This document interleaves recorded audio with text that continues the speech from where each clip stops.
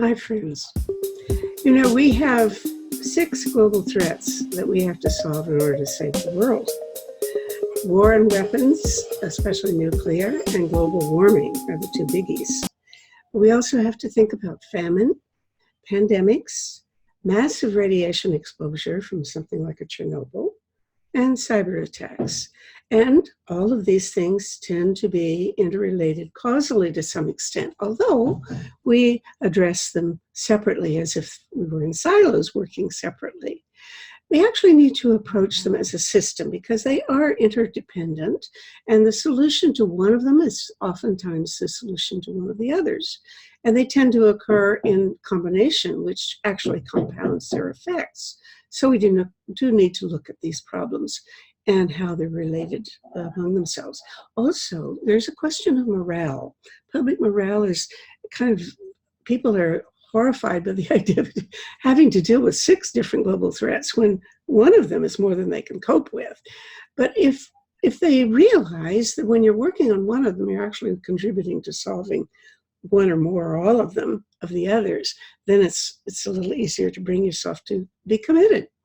So we think that what is needed is a single website that works for people working in all 6 of these global threats, as well as some of the social and economic and structural changes that need to be made in order to facilitate the solutions to these issues.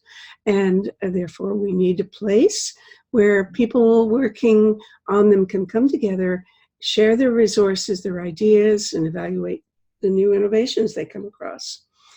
Well, Project Save the World has done just that. I'm happy to announce it. A year ago, we began working in a process of participatory democracy to compile a list of proposals that people think would actually help reduce the risk of the particular problem they were working on. And so we came up with a list of well over 100. And then in May of 2018, we had a July8 conference at the University of Toronto. About 100 people came. On the first day, we heard experts talking about these threats. And on the second day, we had breakout groups to discuss them separately. And the breakout groups chose the proposals that they considered best for their particular issues. And we came together in a plenary session and found that we had a consensus. We came up with 25 proposals that we call our platform for survival. There are many other such lists, very good ones. In Canada, we have LEAP Manifesto. The US is a New Green Deal. There are many others. Ours is relevant to people living in every country of the world because it deals with international and global problems, and they're formulated in a way that don't just apply to domestic issues, but are transnational. So all year we've been working to elaborate the rationale, explain, make available the everything you need to talk about these things. And now we're ready to share it. We have resources there. We have video discussions for one thing. We have articles explaining everything you need to know. Not really, because there's more.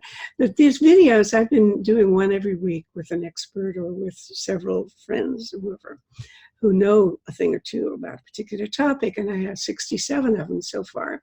I'll be doing one more every week, so you can subscribe, or especially you can subscribe to podcasts made from these videos and get one delivered to your mobile device every week. So there are also places where your organization can endorse the platform for survival, as well as your friends and relatives. And if your organization likes 20 or so out of the 25, it's good enough, endorse it. And then you can put your the link to your own website there and list the events that you're going to be planning for the next while, so people in your neck of the woods can come and join with you and be in touch with you. So this is a networking device. It's also an informative device, and it's to prepare us all to be able to do the work we need to do to build public political will for these different threats, because that's really the problem. We have solutions, but we don't have the political will for them yet. That means we have to talk to people. And everywhere we go, we need to start conversations out of the blue with our family, with a barber, with the waitress in the coffee shop, with the other person on the bus. Just start talking to people. But of course, you need to know what to say. Therefore, you have to inform yourself and check in every week with our platform for survival on what is our new website, tosavetheworld.ca. And I look forward to seeing you there. Bye.